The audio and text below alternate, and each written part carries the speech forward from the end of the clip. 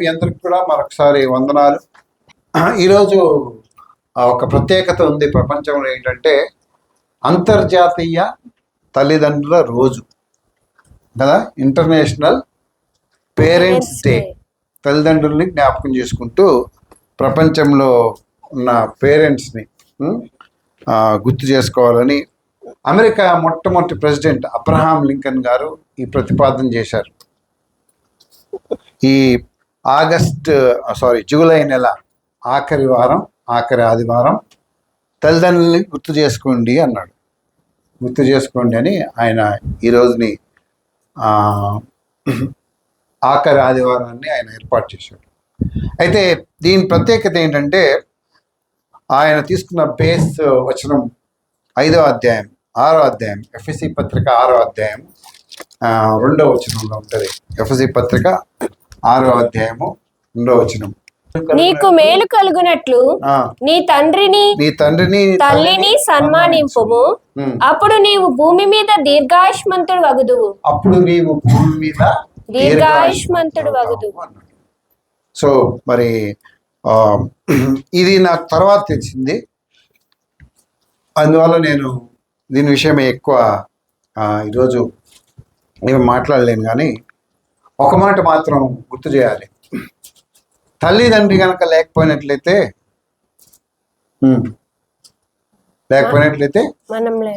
మనం లేం. గట్టిగా చెప్పండి, మనం కూడా లేం. మన ఉనికి కూడా లేదు కదా. అక్కడ ఏమంటున్నాడు? నీ తల్లిని నీ తండ్రిని సన్మానించడం అంటే శాలువ కప్పి బొకే ఇచ్చి 4 మాటలు చెప్పడం కాదు. నీ తల్లిని నీ తండ్రిని గౌరవించాలి, ప్రేమించాలి.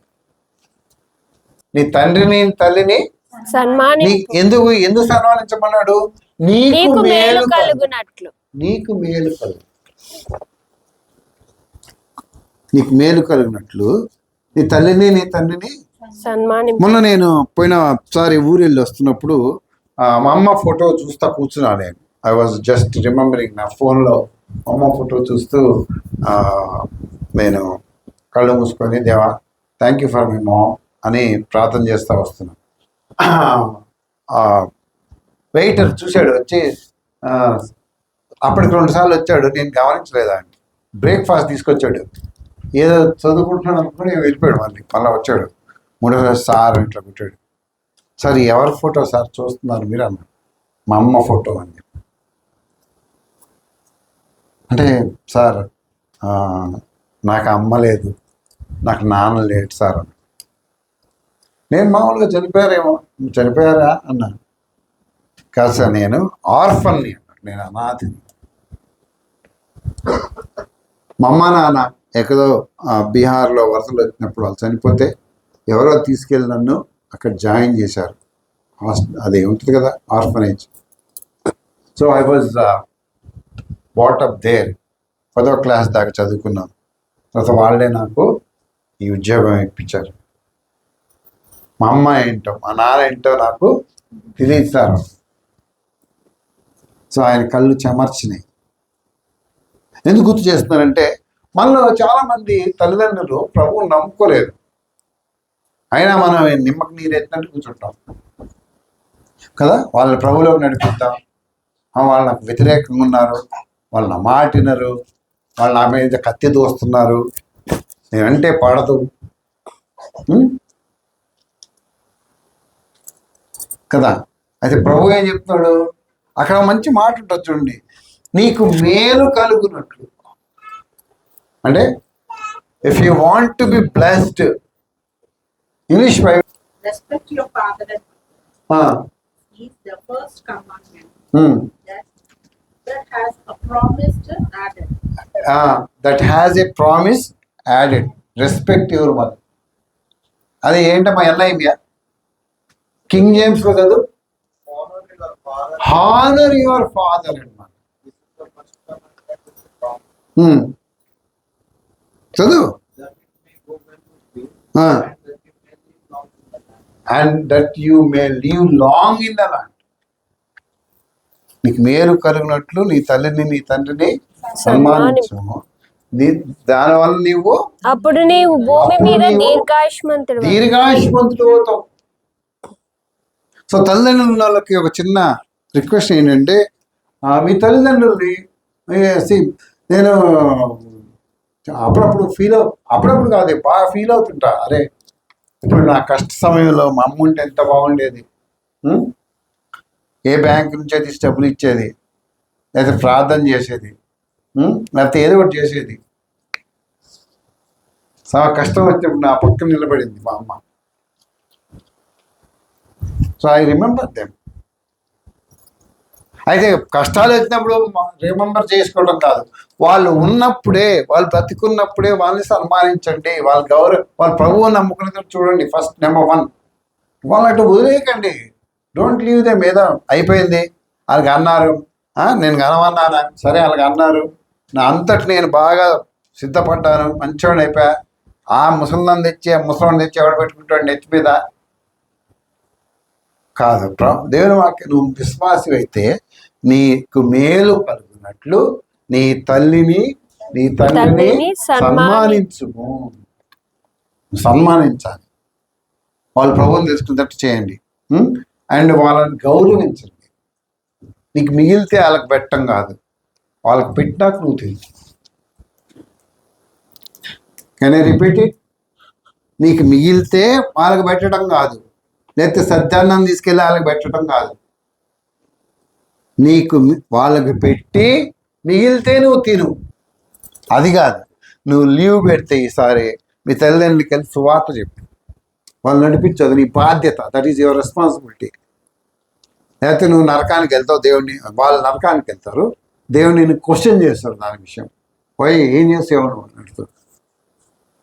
రెండవది నేనేం గుర్తు చేయాలంటే, మీ తల్లిదండ్రుల్ని డివైడ్ చేసుకోవద్దు. నేను చాలాసార్లు చెప్తున్నా, ఈ సమస్య నాకు రోజు వినిపిస్తుంటుంది. తల్లిదండ్రులు ఇప్పుడు తల్లి ఉన్నారనుకో, 2-3 పిల్లలు ఉన్నారనుకో, ఏం చేస్తున్నారు?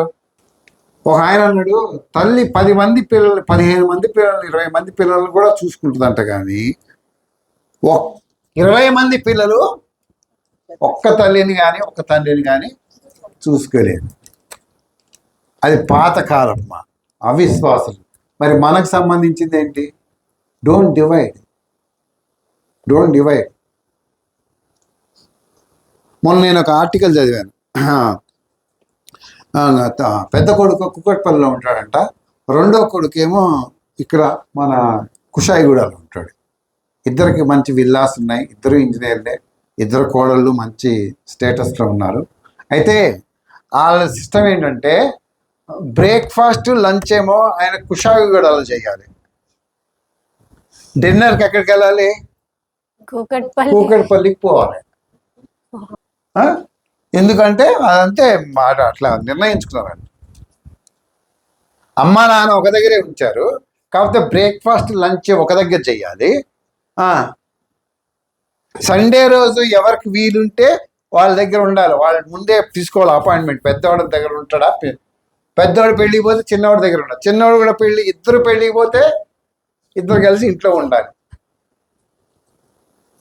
వాళ్ళకి అది తెప్పిస్తారు జొమాటో. అది కూడా ఎవరు? పెద్దవాడు తెప్పిస్తుంది. మొన్న పెద్దవాడు తెప్పిస్తే ఈసారి చిన్నోడు తెప్పిస్తాడు. ఎంత ఫన్నీ, ఎంత బ్యాడ్ కదా, బ్యాడ్ సిచ్యువేషన్.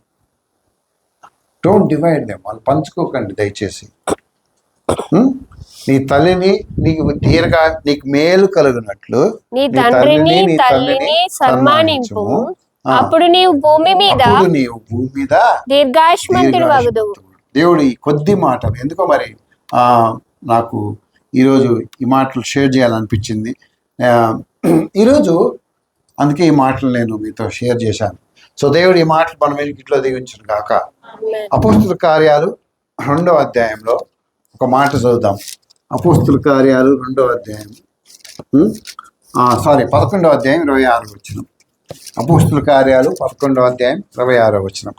ఈరోజు చాలా మంచి టాపిక్ తీసుకున్నాం మనం. ఏంటంటే నిజమైన విశ్వాసి లక్షణాలు, real characteristics of a real believer. 11వ అధ్యాయం 26 వచ్చిన ఏముంటుందో వారు కలిసి ఒక సంవత్సరం అంతయు సంఘములో ఉండి బహుజనులకు వాక్యమును బోధించిరి. మొట్టమొదట అంత్యొకయలో శిష్యులు క్రైస్తవులు అనబడిరి. ఎవరంట క్రైస్తవులు అనబడింది? అంత్యొకయలో అంత్యొకయలో ఉన్నటువంటి శిష్యులు. ఇప్పుడు మనం గనక ఒకసారి చర్చెస్ ని గమనిస్తే అందరూ విశ్వాసులే కదా. ఎవరండి వీళ్ళంటే విశ్వాసులు. అసలు విశ్వాసులు అంటే ఎవరు? విశ్వాసులు అందరు బిలీవర్లేనండి. ఈరోజు అసలు నువ్వు విశ్వాసమేనా? ఒకసారి నిన్ను పరీక్ష చేసుకోవాలి. మనం కూడా చాలాసార్లు అబ్బా నేను మంచి విశ్వాసం అండి. అసలు విశ్వాసం అంటే ఎవరు? చర్చికి వచ్చిన వాళ్ళ, రక్షణ పొందిన వాళ్ళ విశ్వాసి. ఈరోజు కొన్ని కొన్ని ఇప్పుడు ఒకటి మాత్రం క్లారిటీ, పుట్టుక క్రైస్తవులు విశ్వాసులు కాదు. తల్లిదండ్రులు అది విశ్వాసులు అన్న మాట, బిలీవర్ అనే మాట అదేదో హెరిడిటీ క్యారెక్టర్ కాదు, వంశపారంపర్యంగా వచ్చే ఒక గుణలక్షణం కాదు. ప్రతి వ్యక్తి వ్యక్తిగతంగా తనంతట తానుగా ప్రభువు దగ్గరకు వచ్చి ప్రభువు దగ్గర తన పాపాలను ఒప్పుకొని లేకపోతే రక్షణ పొందితే అప్పుడు వాళ్ళని ఏమంటారు? ఏమన్నాడు? ఎవరంటే విశ్వాసం? మళ్ళీ చదువమ్మా 11 అపోస్తలుల కార్యాలు 11:26 చదువు. వారు కలిసి ఒక సంవత్సరం అంతయు సంఘములో ఉండి బహుజనులకు వాక్యమును బోధించిరి. మొట్టమొదట అంత్యొకయలో శిష్యులు. అంత్య అంటే ఎవరు? విశ్వాసులు, శిష్యులు. అంత్యొకయలో ఉన్న శిష్యులు క్రైస్తవులు అనబడిరి. ముందు నువ్వు శిష్యురాలుగా మారితే అప్పుడు నువ్వు క్రైస్తవుడు అవుతావు. అసలు క్రైస్తవుడు అంటే అర్థం ఏంటి? తెలుగులో మంచి మీనింగ్ ఉంటుంది. క్రైస్తవుడు అంటే క్రీస్తును కలిగిన వాడు. క్రిస్టియన్ అంటే ఏంటి? క్రైస్ట్ ప్లస్ గ్రామర్ చెప్పాల్సి వస్తుంది. ఇన్ అంటే ఎవరైతే క్రీస్తులో ఉన్నారో వాళ్ళు క్రైస్తవులు. బాగా అర్థం చేసుకోవాలి. పుట్టుకతో వచ్చిన వాళ్ళు క్రైస్తవులు కాదు. ఇప్పుడు పీటర్ అని పెట్టుకున్నాను అనుకో, లేకపోతే జేమ్స్ అని పెట్టుకున్నాను అనుకో, నేను క్రైస్తవున్నా, పేరుకి క్రైస్తవుని. సో ఈరోజు అసలు నిజమైన విశ్వాసికులు కొన్ని లక్షణాలు చూద్దాం. నువ్వు అనుకోకు నేను విశ్వాసం, నువ్వు అనుకో, కానీ వాక్యం ఏం చెప్తుంది? వాక్యం సపోర్ట్ చేయాలి కదా. నేను అనుకుంటే ఎట్లా? నేను అందంగా ఉన్నానంటే ఎట్లా? అర్థం చెప్పాలి కదా, నేను చూసుకునే అర్థం. లేక కనీసం మీరని చెప్పాలి కదా, నిజమే ఉన్నాం మొహమాట అని చెప్పినా ఒప్పుకోవాలి. మేజర్ లోకం ఒప్పుకోవాలా ఒప్పుకోకూడదా? నిజమేనా నువ్వు అందంగా ఉన్నావు అనాలా? నీ నుంచే కోత వచ్చింది కానీ నువ్వు అయితే అందంగా ఉన్నావా నా అయితే అనాలి కదా. They should save to me. ఈరోజు ఒక వ్యక్తి విశ్వాసి అంటే ఆయనలో ఫస్ట్ కనిపించే ఒక క్యారెక్టర్ ఏంటి తెలుసా? అపోస్తలుల కార్యాలు 2వ అధ్యాయము, అపోస్తలుల కార్యాలు 2వ అధ్యాయము 38వ వచనం చదువుదాం. పేతురు, మీరు మారు మనసు పొంది పాపక్షమాపణ నిమిత్తము ప్రతివాడు యేసుక్రీస్తు నామమున బాప్తిస్మం పొందుడి. అంటే ఎవరైతే విశ్వాసి అని మనం పిలుస్తామో ఆ వ్యక్తిలో ముందు కనపడవలసిన లక్షణం ఏంటి? మారు మనసు పొందాలి. మారు మనసు అన్నా, తిరిగి జన్మించుట అన్నా, రక్షింపబడుట అన్నా, ఇందాక రక్షణ తీసుకోవటం అన్నా, ఇంకేంటి? తిరిగి జన్మించుట, రక్షణ పొందుట, మారు మనసు పొందుట, పాపక్షమాపణ అన్నా, ఇవన్నీ కూడా ఒకటే అర్థాలు వచ్చే మాటలు. ఏమేమి చెప్పాను నేను? మళ్ళీ చెప్పండి. మారు మనసు అన్నా, రక్షింపబట్ట అన్నా, పాప క్షమాపణ అన్నా, ఇంకా తిరిగి జన్మించుట అన్నా, ఇవన్నీ కూడా ఒకే అర్థాన్ని ఇచ్చే మాటలు. ఎందుకు మారు మనసు పొందాలి? అసలు మారు మనసు అంటే ఏంటి అంటే జాగ్రత్త వినాలి. మారు మనసు లేని వాళ్ళు బాగా వినాలి. మనలో 2 భాగాలు 3 భాగాలు ఉంటాయి. బాగా వినండి. మన లోపల 3 భాగాలు ఉంటాయి. ఇప్పుడు నన్ను పైన కనిపించే దాన్ని ఏమంటాము? శరీరం. శరీరం. ఆ, లోపల అంతరం లోపల శరీరాన్ని ఆత్మని కలిపి ఉంచుతుంది. ఏంటది? ప్రాణం. ఆ తర్వాత ఏముంది? ఆత్మ ఉంది. జాతి వినాలి. మొదటి ఏంటి? ఆదికాండం 1వ అధ్యాయం 26వ వచనం చూద్దాం. ఆదికాండం 1వ అధ్యాయం 26వ వచనం. దేవుడు మన స్వరూపమందు మన పోలిక చొప్పున నరులను చేయుదము. వారు సముద్రపు చేపలను. 2వ అధ్యాయం 7వ వచనం. ఏమన్నాడు దేవుడు? దేవుడైన యెహోవా దేవుడు తన స్వరూపంలో తన పోలిక చొప్పున మనం తయారు చేశాడు. ఓకే. దేవుడైన యెహోవా నేలమంటితో నిర్మించి అంటే శరీరము, వాని నాసికారంధ్రములలో జీవవాయువును ఊదగా నరుడు జీవాత్మ ఆయను. ఏ ఊదాడంట?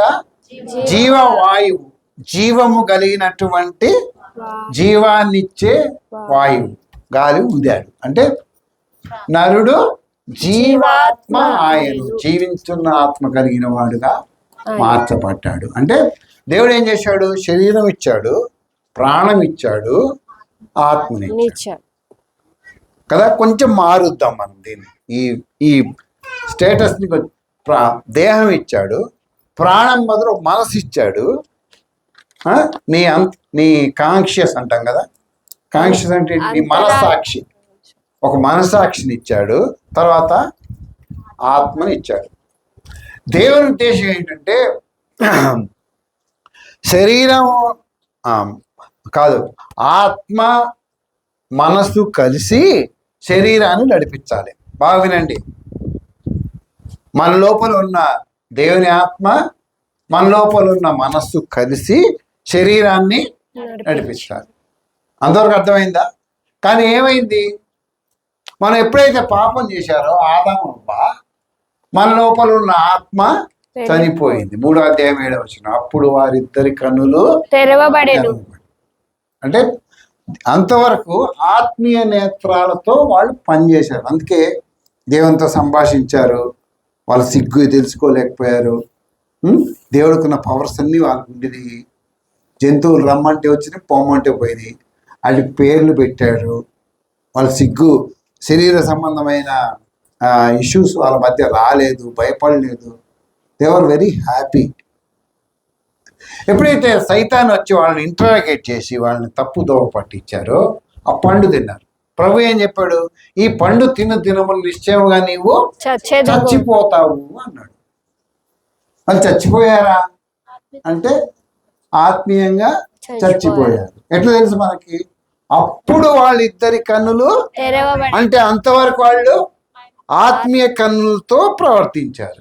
ఆత్మీయ కన్నులతో అవ్వ ఆదామును చూసింది, ఆదాము అవ్వని.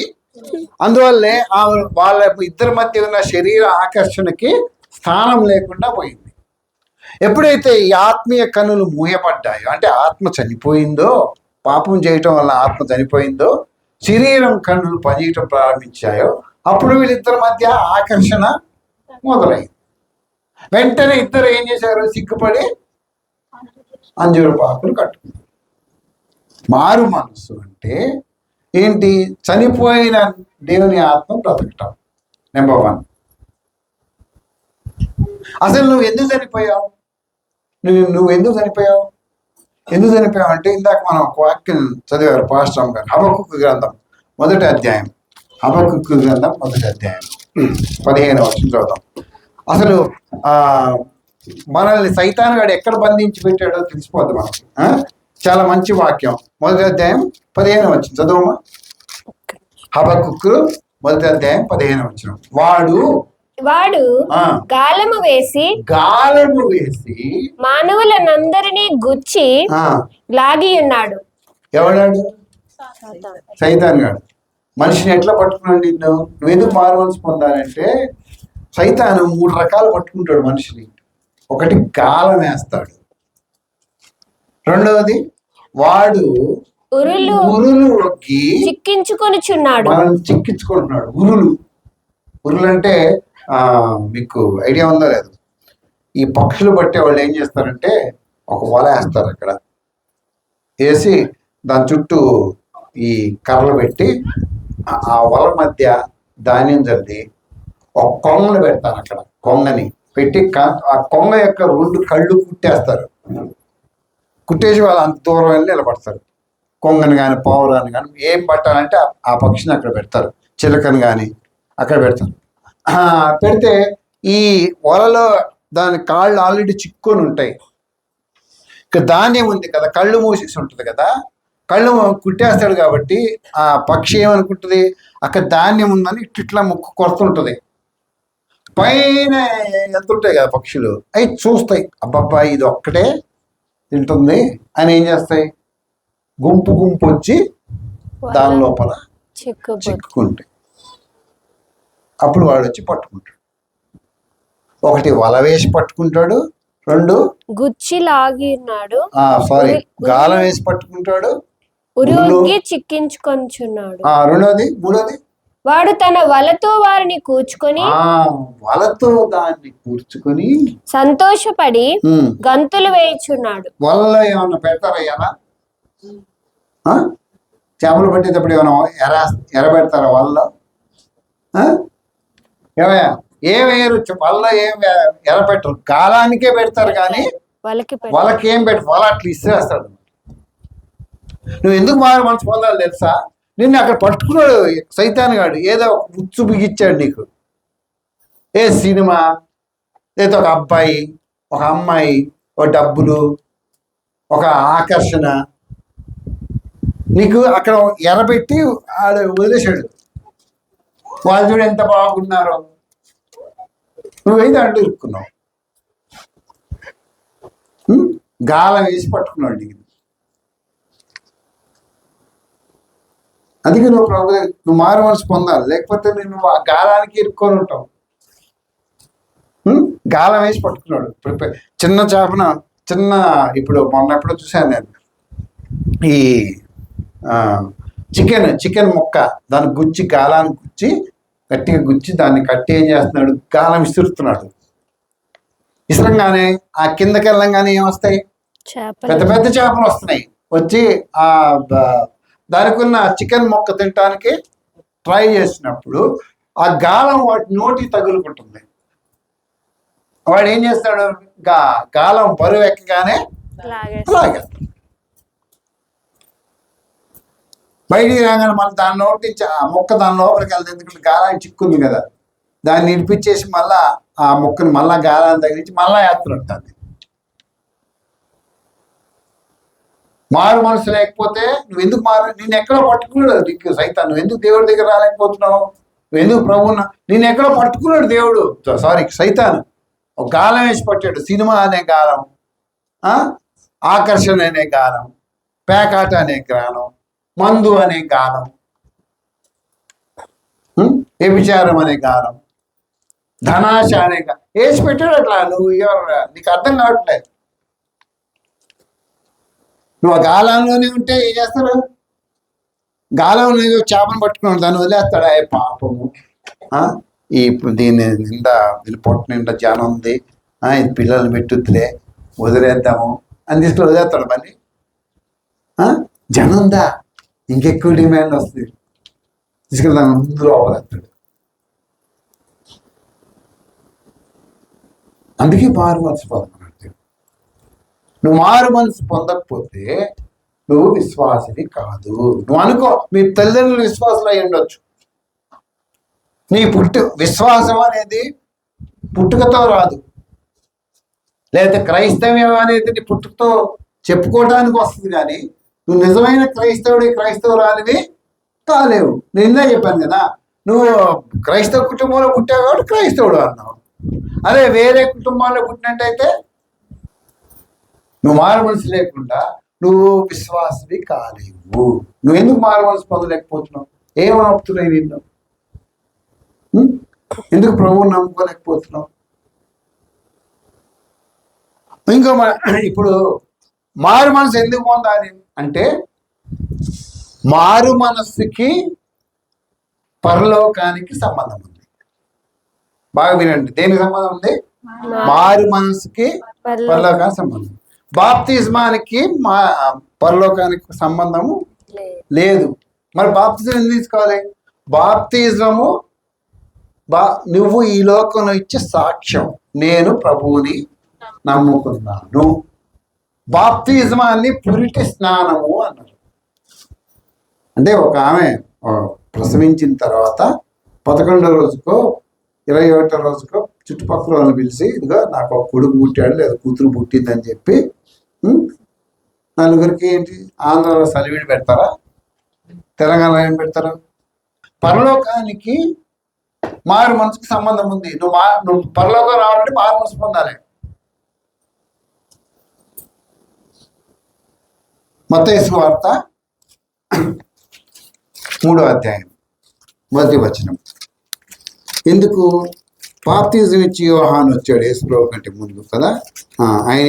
ఆయన ఏం చెప్పాడు వినండి. ఫస్ట్ మత్తయి సువార్త. ఆ దినములయందు బాప్తిస్మమిచ్చి యోహాను వచ్చి పరలోక రాజ్యం సమీపించి ఉన్నది. ఏమన్నాడు? పరలోక రాజ్యము సమీపించి ఉన్నది, మారు మనసు పొందుడని యోదయ అరణ్యములో ప్రకటించుచు ఉండని. ఏం ప్రకటించాడు ఆయన? మారు మనసు పొందం. పరలోక రాజ్యము సమీపించింది. ఏం పొందమన్నాడు? మారు మనసు పొందండి. అంటే పరలోక రాజ్యం రావాలంటే ఏం పొందమని చెప్తున్నాడు? మీ ధర్మశాస్త్రాన్ని అనుసరించండి అని చెప్పట్లేదు ఆయన. లేకపోతే మీరు బలులు అర్పించండి, అర్పణ అయ్యేం చెప్పట్లేదు యోహాన్ గారు. మీరు పరలోక రాజ్యానికి రావాలంటే మారు మనసు పొందండి. అప్పుడు ప్రజలు కొంచెం చదువమ్మా. ప్రభు మార్గం సిద్ధపరచుడి. ఆ సమయమున యెరూషలేము వారును యూదయ వారందరూ యోర్దాను నదీ ప్రాంతముల వారందరూ అతని యొద్దకు వచ్చి తమ పాపములు ఒప్పుకొనుచు యోర్దాను నదిలో అతని చేత బాప్తిస్మం పొందుచుండిరి. మారు మనసు పొందుతున్నారు, బాప్తిజం తీసుకుంటున్నారు. ఎందుకంటే పరలోక రాజ్యానికి మారు మనసుకు సంబంధం ఉంది. పరలోక రాజ్యానికి ఎంట్రీ టికెట్ మారు మనసు, బాప్తిజం కాదు. గ్రహింపు వచ్చేంత వరకు దేవుడు చిన్నపిల్లల విషయం శ్రద్ధ తీసుకుంటాడు. Say the age of 5 years. ఆ తర్వాత వాళ్ళు కూడా అందుకే నేను చెప్తున్నాను, మీ పిల్లల విషయం జాగ్రత్త తీసుకోండి. వాళ్ళు మారు మనసు పొందేటట్టు చూడండి, బైబిల్ చదివేటట్టు చూడండి, దేవుని మాటలు చెప్పడం మీకు ఎందుకు చెప్తున్నాను నేను? 3 గ్రహింపు వచ్చేంత వరకు 3 ఏళ్ళు 4 ఏళ్ళు మ్యాక్సిమం 5 ఏళ్ళు. ఆ తర్వాత దేవుడి బాధ్యత తీసుకోడు. వాళ్ళకి టీవీ పెడితే వచ్చు, టీవీ తెలుసు, యాక్టర్ల పేర్లు తెలుసు, ఇన్ని వచ్చేసిన తర్వాత యేసుప్రభు గురించి ఒక మాట రాదు, ఒక వాక్యం రాదు. నువ్వు వెళ్ళిపోతావు రేపు పొద్దున పరలోకానికి. యేసుప్రభు వచ్చాడంటే వెళ్ళిపోతావు. నీ పిల్లలేంటి మరి? That is your responsibility. నీ బాధ్యత అది, నీ బాధ్యత నీ పిల్లలు ప్రభువుని మారు మనసు పొందేది చూసుకోవడం, మారు మనసు పొందే అవకాశం వాళ్ళకి ఇవ్వటం. That is your responsibility.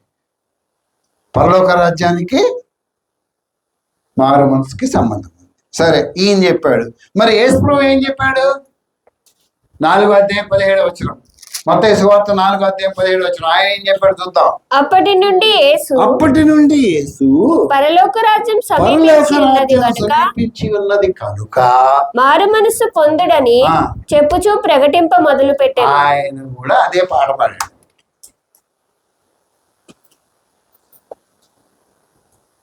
ఇప్పుడు బాప్తిజం ఇచ్చి యోహాను చెప్పాడంటే తండ్రి చెప్పాడని ఈయన అనుకోవచ్చు. కానీ సృష్టికర్త అయిన దేవుడు, త్రియేక దేవుళ్ళు ఒకడు, కుమారుడైన దేవుడు ఏం చెప్తున్నాడు? పరలోక రాజ్యం సమీపించి ఉన్నది కనుక మారు మనసు పొందండి. యేసుప్రభు వచ్చిందే ప్రకటన చేయడం. నేను ధర్మశాస్త్రాన్ని కొట్టివేయటకు రాలేదు, దాన్ని నెరవేర్చటకు వచ్చానని చెప్పాడు.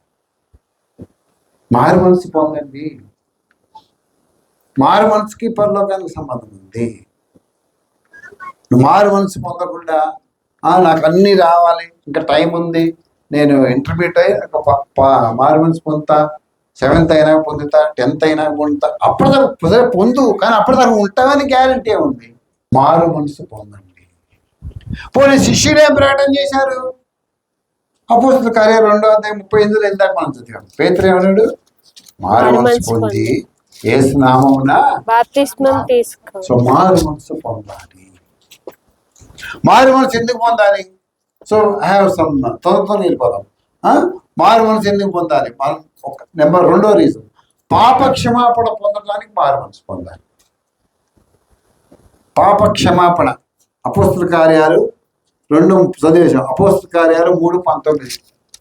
అపోస్తలుల కార్యాలు 3 పాప క్షమాపణ. నీ పాపములు క్షమించబడాలంటే నువ్వు మారు మనసు పొందాలి. చదవమ్మా. ప్రభు సముఖము నుండి విశ్రాంతి కాలములు వచ్చినట్లును మీ కొరకు నియమించిన క్రీస్తు యేసును ఆయన పంపునట్లును మీ పాపములు తుడిచివేయబడు నిమిత్తమును మారు మనస్సు నొంది తిరుగుడి. ఈ పాపాలు క్షమించబడాలంటే నువ్వు ఏం చేయాలి? మారు మనసు పొందాలి. దేవుడి దగ్గర ఒప్పుకోవాలి. దేవా, నేను పాపిని, నన్ను క్షమించు. ఎవరైనా సరే ఒప్పుకోవాలి, ఊరినే అంటే కాదు. నేను పాపిని, నన్ను క్షమించు దేవా.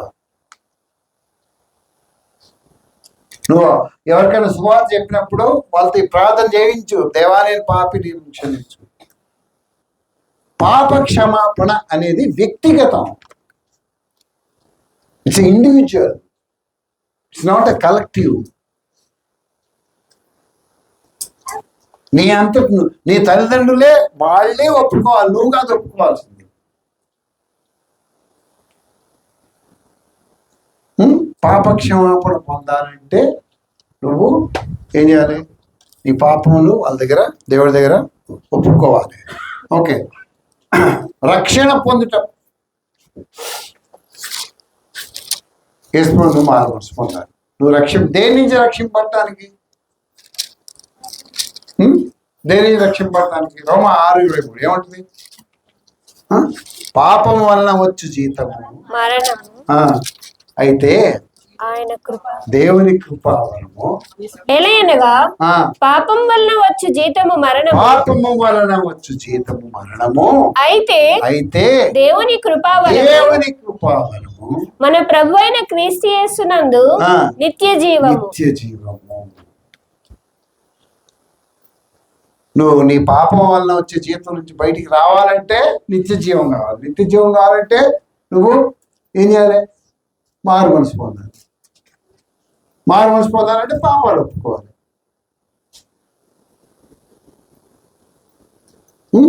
కదా. మనం మన తల్లిదండ్రులు బాగాలేనప్పుడు రోజు అడుగుతాం, ప్రార్థన చేయండి, ప్రార్థన చేయండి, చేస్తున్నాం. వాళ్ళు మంచిగా అయిపోయారు. ఇప్పుడు మరి ఎప్పుడన్నా అయ్యో మా తల్లిదండ్రులకి, మా అమ్మకి, మా నాన్నకి పోయి మారు మనసు లేదు, ప్రార్థన చేద్దాం, మనం ప్రార్థన చేద్దాం, చర్చిని అడుగుదాం ప్రార్థన చేయమని. అంటే వాళ్ళ యొక్క ఆరోగ్య విషయమే వాళ్ళకి చింత ఉంది, కానీ వాళ్ళ ఆత్మీయ విషయాలు వాళ్ళకి చింత లేదు కదా. మార్కు సువార్త 1:15. మార్కు సువార్త 1 చదవమ్మా. మార్కు సువార్త 1:15. కాలం సంపూర్ణమై ఉన్నది, దేవుని రాజ్యం సమీపించి ఉన్నది, మారు మనసు పొంది సువార్త నమ్ముడని చెప్పుచు. మారు మనసు పొంది సువార్తను నమ్ముడని చెప్పు. సువార్తను నమ్మండి, మారు మనసు పొందండి, పాపములు ఒప్పుకోండి. నువ్వు విశ్వాసివైతే నువ్వు పాపముల నుంచి ఉండవు. You cannot stay back. ఒక విషయం గమనించాలి విశ్వాసులు. ఇప్పుడు మారు మనసు పొందావయ్యా, బాప్తిజం తీసుకున్నావు, బలం తీసుకుంటున్నావు. మనం ఈ లోకంలో ఉన్నాం కాబట్టి తప్పకుండా ఏం చేస్తాం? ఎక్కడో దగ్గర పడతావా పడవా? నేను కూడా పడిపోతా, నువ్వు కూడా పడిపోతావు కదా.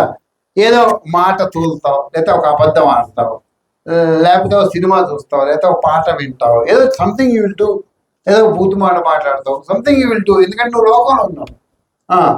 ఇప్పుడు ప్రభువుని నమ్మిన తర్వాత నువ్వు మారు మనసు పొంది బాప్తిజం తీసుకున్న తర్వాత నువ్వు ఎప్పుడైతే మళ్ళా రాత్రి ఇంటికి వస్తావో నువ్వు ప్రార్థన చేయడానికి ఒకవేళ నీ తల ఉంచినప్పుడు పరిశుద్ధాత్మ దేవుడు నీకు వాటిని గుర్తు చేస్తాడు. ఈరోజు నువ్వు అబద్ధం ఆడావు, ఎంతకాలం మారిపోతావు? ఎంతకాలం కాదు. దేవుడు నీతో కొంతమంది దేవుడు మాతో మాట్లాడుతున్నాడని చర్చ వదిలి వెళ్ళిపోతున్నాడు. వెళ్ళిపో. ఎవరికి నష్టం? చెరువు మీద అలిగితే చెరువుకా వెళ్ళిపోయినోడుకా అలిగినోడుకా? చెప్పరేంటండి? చెరువుకా అలిగినోడుకా నష్టం? అలిగినోడికి చెరువుకే నష్టం లేదు. దాని నీళ్ళు దానికి ఉంటే హ్యాపీగా ఉంటుంది. అది దేవుడు నీతో మాట్లాడుతున్నాడు అంటే నువ్వు క్రమపరచబడాలని దేవుని ఉద్దేశం. సో మారు మనసు నీకేం కలిగిస్తుంది? రక్షణ కలిగిస్తుంది. ఓకే, నెక్స్ట్ మారు మనసు ఎందుకు పొందాలి? దేవుని రాజ్యములో ఎంట్రీ టికెట్. నేను ఇందాక చెప్పాను, పరలోక రాజ్యంలో ఎంట్రీ నువ్వు చూడాలంటే నీకు మారు మనసు ఉండాలి. నీకు మారు మనసు ఉండాలి. యోహాను సువార్త 3వ అధ్యాయం. యోహాను సువార్త 3వ అధ్యాయము మొదటి 3 వచనాలు చదువుతాం. యోహాను సువార్త 3వ అధ్యాయం మొదటి 3 వచనాలు చదువు. యూదుల అధికారి అయిన నికోదేమును పరిసయ్యుడు ఒకడు ఉండెను. అతడు రాత్రి అందు ఆయన యొద్దకు వచ్చి, బోధకుడా, నీవు దేవుని యొద్ద నుండి వచ్చిన బోధకుడు అని మేము ఎరుగుదుము. దేవుడు అతనికి తోడై ఉంటేనే గాని నీవు చేసిన సూచక క్రియలను ఎవడనూ చేయలేడని ఆయనతో చెప్పాను. అందుకు యేసు అతనితో, ఒకడు క్రొత్తగా జన్మించితేనే కాని అతడు దేవుని రాజ్యమును చూడలేడని నీతో నిశ్చయంగా చెప్పుచున్నాను. ఆయన చెప్పింది ఏంటి? ఈయన ఏమన్నాడు? దేవుడిని ఎస్ప్రో దగ్గరికి వచ్చి, ఎవరు ఈయన? ఈయన ఒక పరిసయ్యుడు. అంటే ఏం తెలుసు ఈయనకి? ధర్మశాస్త్రం అంతా కంటతో వచ్చు అనమాట. లైన్ టు లైన్ వచ్చు, దాంట్లో మీనింగ్ వచ్చు, దాని మీద వ్యాఖ్యానం రాస్తాడు, దాన్ని బోధిస్తాడు, ప్రతి ఆజ్ఞని వివరిస్తాడు, బొమ్మలకి వేస్తాడు, అన్ని అసలు కళ్ళకి కట్టినట్టు చెప్తాడు కదా. ఆయన వచ్చి, బోధకుడా, దేవుడు నీకు తోడే ఉంటే కానీ నువ్వన్నీ చేయలేవని నాకు తెలుసు అన్నాడు. అంటే ఈయనేమన్నాడు? నా విషయం పక్కకు పెట్టరా భయ్, ఒకడు కొత్తగా జన్మించితేనే కానీ అతడు దేవుని రాజ్యమును చూడలేడని. నువ్వన్నీ నీకు వచ్చనుకుంటున్నావు, అవి పక్కకు పెట్టు. నువ్వు పరలోక రాజ్యాన్ని చూడాలంటే ఏం కావాలి? నీకు కొత్తగా జన్మించాలి, మారు మనసు పొందాలి. మారు మనసు పొందాలి. మారు మనసు లేకపోతే నువ్వు కనీసం ఎంట్రీ కూడా చూడలేవు, ఎంట్రన్స్ కూడా అనిపించదు నీకు. You are not entered. లోపల కూడా రానీరు. రామోజీ ఫిలిం సిటీ బయట నుంచి వెళ్తా, ఎంత బాగుంది, గోడలు ఎంత బాగా కట్టారనుకుంటే వెళ్తాం. దాని లోపల పోవాలంటే ఎంత టికెట్?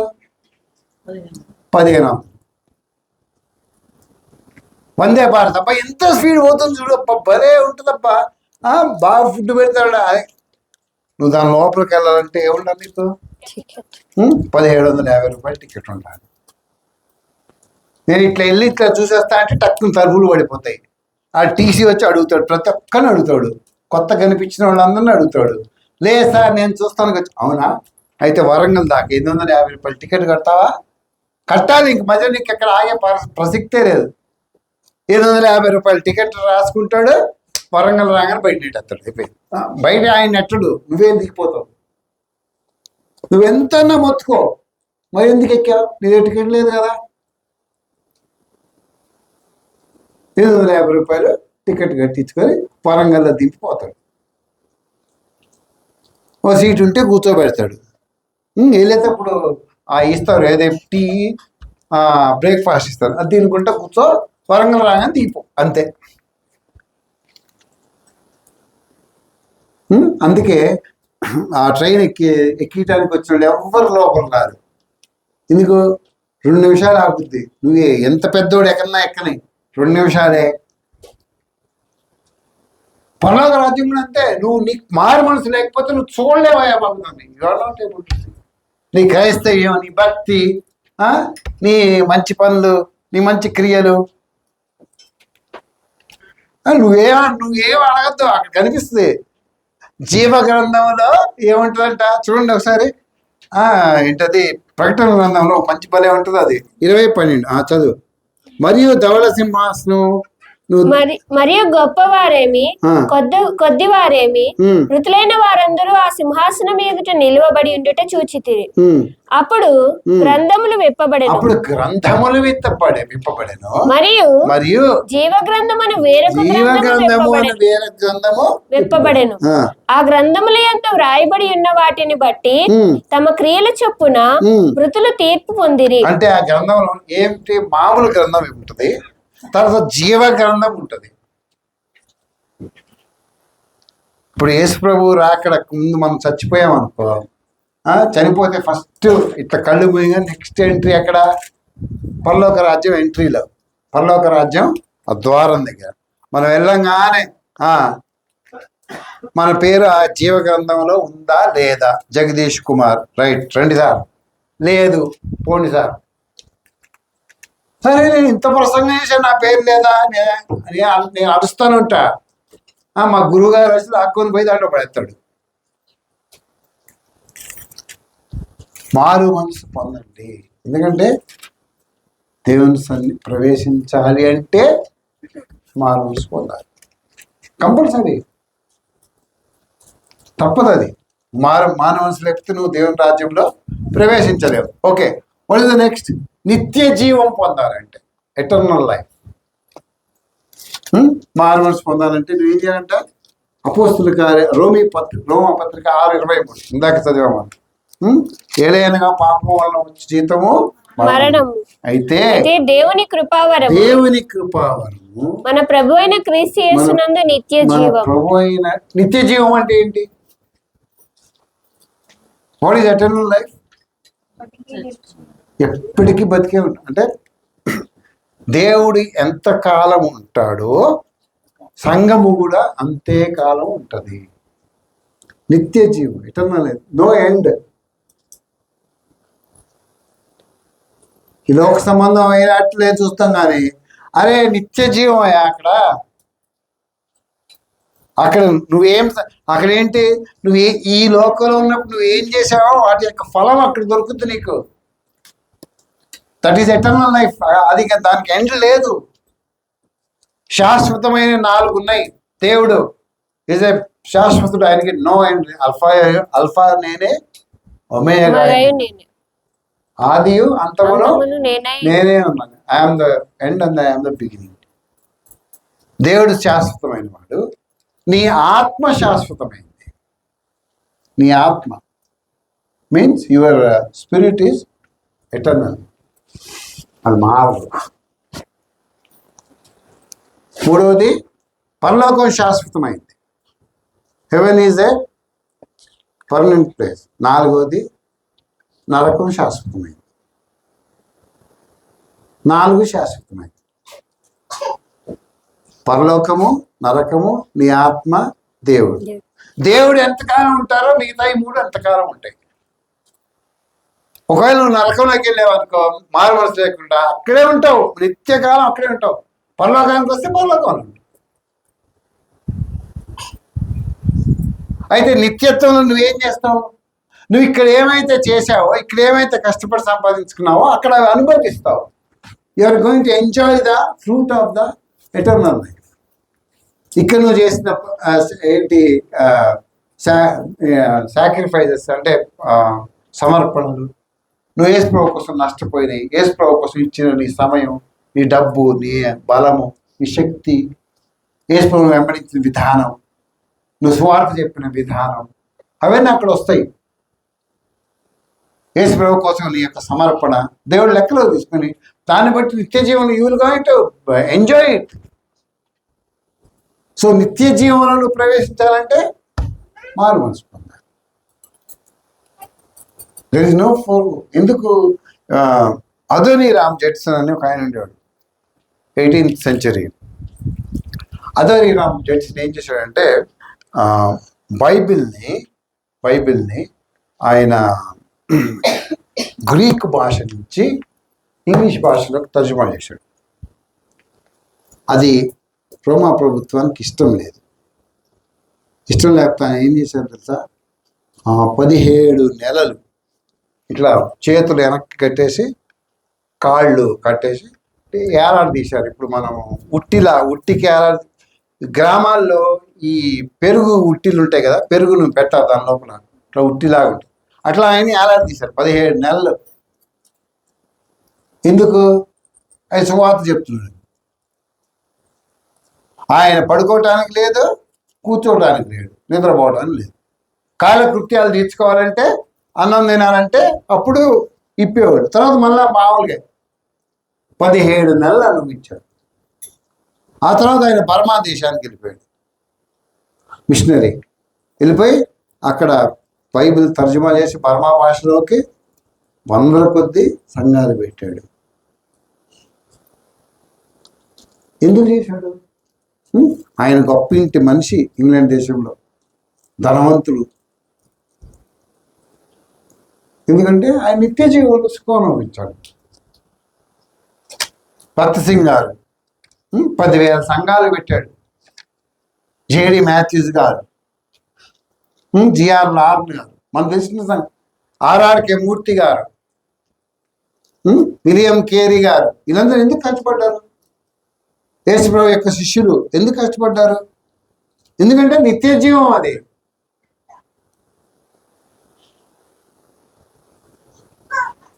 నిత్య జీవంలో ఎంజాయ్ చేయడం. నిత్య జీవంలో నువ్వు విశ్వాసిగా నువ్వు ఎంజాయ్ చేయాలంటే నువ్వు కష్టపడాలి. Should sacrifice something. ఆదివారం వస్తే ఆదివారం కనిపిస్తే అదే నిత్య జీవంలో ఏం చేస్తావు? ఏం చేస్తావు? ఏమిస్తావు? దేన్ని బట్టి నీకేమి ఇవ్వాలి దేవుడు? దేన్ని బట్టి ఇవ్వాలి కదా? ఓకే, ఇదిగో వాడి ఫాస్ట్కి వెళ్దాం. నెక్స్ట్, ఎందుకు మారవలసి పొందాలి? దేవునితో సంబంధం పునరుద్ధరించుకోవటానికి. దేవునితో సంబంధం ఎక్కడ దిగిపోయింది? ఆదాము దగ్గర దిగిపోయింది.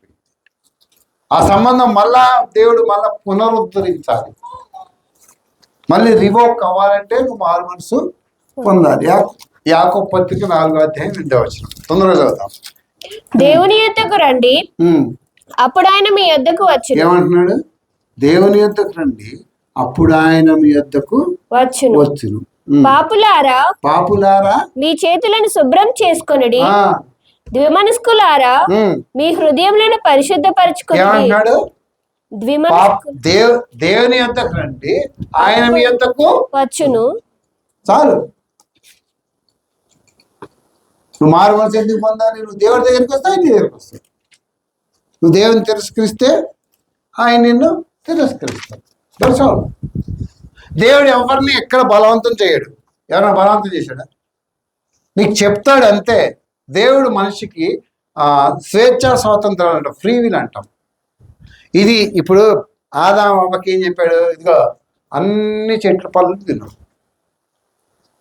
తోట మధ్యలో ఉన్న చెట్టు దగ్గరికి నువ్వు వెళ్ళొద్దు, వెళ్తే నువ్వు చచ్చిపోతావు. చాలా మంది అంటారు అక్కడికి వెళ్ళకుండా ఆయన ఫెన్సింగ్ వేసి ఉండొచ్చు కదా, లేకపోతే కరెంట్ షాక్ పెట్టి ఉండొచ్చు కదా, దాని దగ్గరికి వెళ్ళగానే షాక్ కొట్టేటట్టు. ఇప్పుడు మనం రైల్వే స్టేషన్లో వెళ్తుంటే ఇట్లా జాలీలు ఉంటాయి కదా, రైల్వే పట్టాల మీద జాలీలు ఉంటాయి. రైల్వే బ్రిడ్జ్ మీద చెప్తున్నాం, గుర్తుందా? అక్కడ బోర్డు ఉంటుంది, ఎర్ర బోర్డు ఉంటుంది, ఇట్లా పుర్రె బొమ్మ వేసి ఏమంటుంది? ప్రమాదకరము. ఎందుకు? 25,000 వోల్ట్ల విద్యుత్ ప్రవహిస్తుంది అంటుంది. అంటే బోర్డు పెట్టవచ్చు కదా, ప్రమాదము, ఇక్కడ నువ్వు రాకూడదు, వస్తే చచ్చిపోతావు అని బోర్డు పెట్టవచ్చు కదా. అంటే బోర్డు పెట్టలేదు దేవుడు. ఎందుకు పెట్టలేదంటే అట్లా బోర్డు పెడితే మన యొక్క స్వతంత్రాన్ని దేవుడు అడ్డుకున్నట్టు, అంతే కదా. మన స్వతంత్రాన్ని ఏం చేసినట్టు? దేవుడు అడ్డుకున్నట్టు. అందుకే దేవుడు ఏం చేశాడు? నీకే నీ ఇష్టం రా భయ్, నేను చెప్పేది చెప్పా, ఫ్రీ విల్ అంటాం, స్వేచ్ఛా స్వతంత్రాలు ఇచ్చాడు దేవుడు. అందుకే మనం దేవుడు అంటున్నాం. కట్టుబాట్లు పెట్టలే. కట్టుబాట్లు పెడితే ఎప్పుడో బాగుపడేవాళ్ళం మనం. కట్టుబాట్లు పెట్టకనే ఇట్లా అయిపోయాడు మనం. స్వేచ్ఛా స్వతంత్రాలు ఇచ్చాడు, ఇష్టం. నువ్వేం సెలెక్ట్ చేసుకుంటావు, సెలెక్ట్ చేసుకో. మారు మనసు పొందు, ఇష్టం.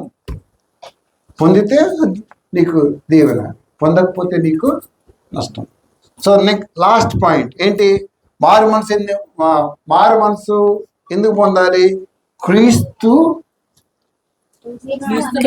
అనుసరించి నిజమైన శిష్యునిగా జీవించాలంటే నువ్వు మారు మనసు పొందాలి.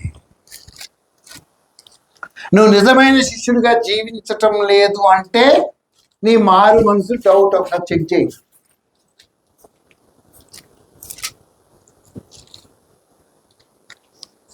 అర్థమవుతుందని ఏం చెప్పాను?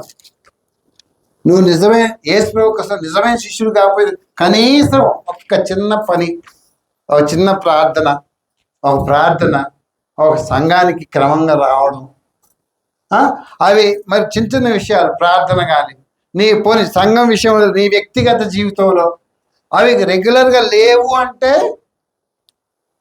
ఏం చేయాలి? నువ్వు మారు మనసు సరిగ్గా పొందేవా లేదా అసలు చెక్ చేయి. నిన్ను పరిశీలన చేసుకో.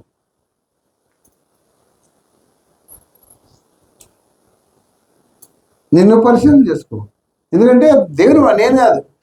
ఏం చెప్తున్నాను ఇక్కడ? లూకా సువార్త 9:23. లూకా సువార్త 9:23. మరియు ఆయన అందరితో ఇట్లా నేను ఎవడైనా నన్ను వెంబడింపగోరిన ఎడల తన్ను తాను ఉపేక్షించుకొని ప్రతి దినము తన సిలువని ఎత్తుకొని నన్ను వెంబడించవలెను.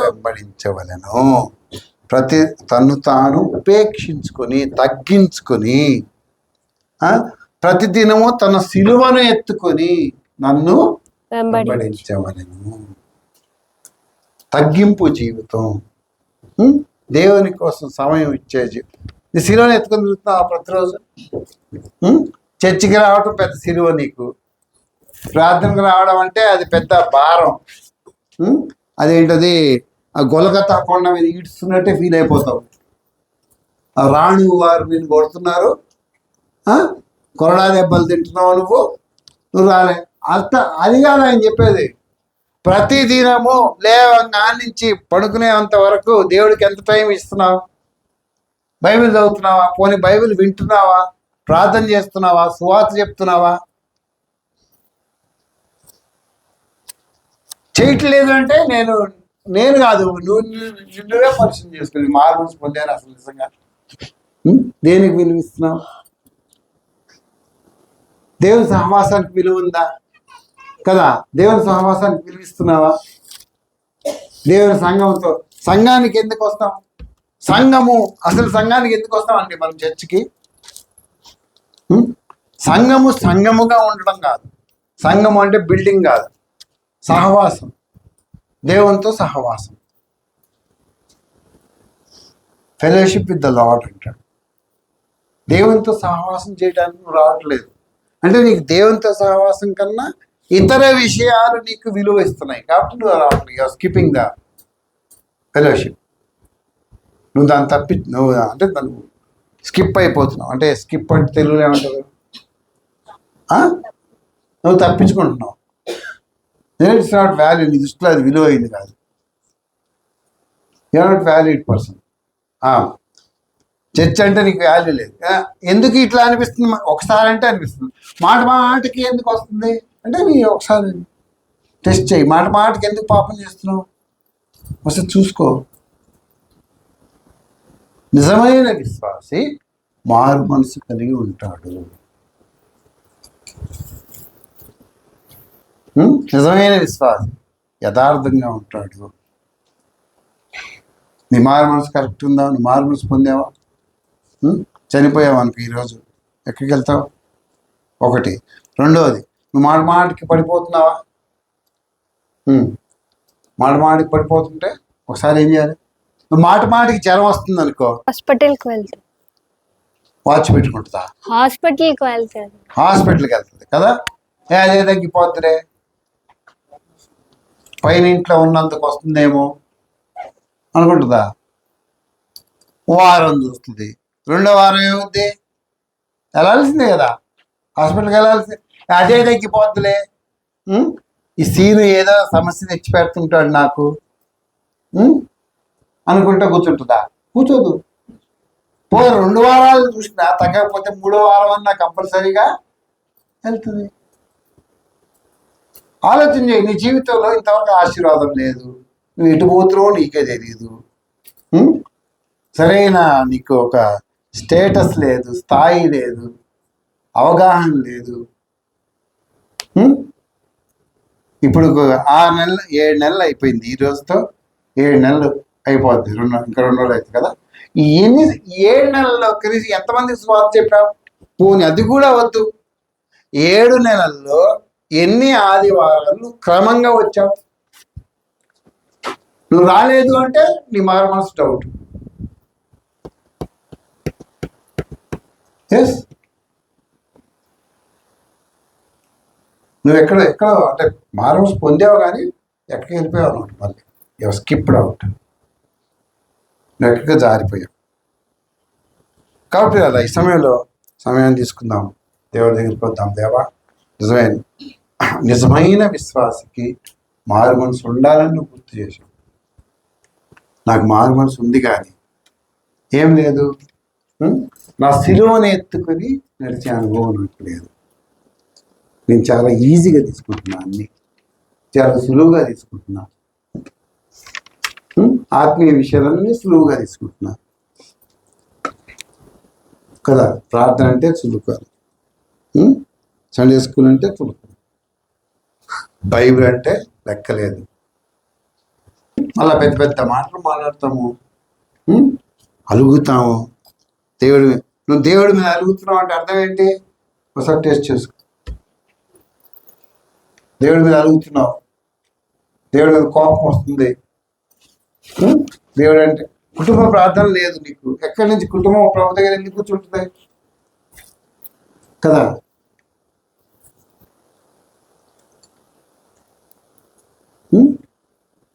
కుటుంబ ప్రార్థన లేదు, దేవుడు ఎక్కడ మాట్లాడతాడు, దేవుడు ఎక్కడ దీవిస్తాడు? నేను నీ ఇంట్లో దేవుడికే స్థానం లేదు, నా దేవుడు ఎక్కడ చేస్తాడు? అంటే మన స్థాయి ఏంటి? కనీసం దేవుడితో కుటుంబంతో కలిసి, దేవా ఈరోజు మా కుటుంబంలో కార్యం చేశావు, మమ్మల్ని కాపాడావు లేదా అని దేవునికి వందనాలు చెల్లించడానికి కూడా మనకేం లేదు. అందుకే నేను ఏం చెప్పాను, నీ మారు మనసు విషయం ఒకసారి నువ్వు పరీక్ష చేసుకో అని చెప్పాను. గొడవ పడటానికి టైం ఉంది కదా, ఉందా లేదా? డబ్బులు లెక్క పెట్టుకోవడానికి ఉందా? కాబట్టి సమయం తీసుకొని దేవుని చాలా యథార్థంగా మనం ఒకసారి పరిశీలించేద్దాం. నిజమైన విశ్వాస యొక్క మొదటి లక్షణం మారు మనసు కలిగి ఉండాలి. మిగతా విషయాలు మళ్ళా మనం ఆలోచించేద్దాం. దేవుడు ఈ మాటలు మనం ఇట్లా దీవించిన గాక. ఆమేన్.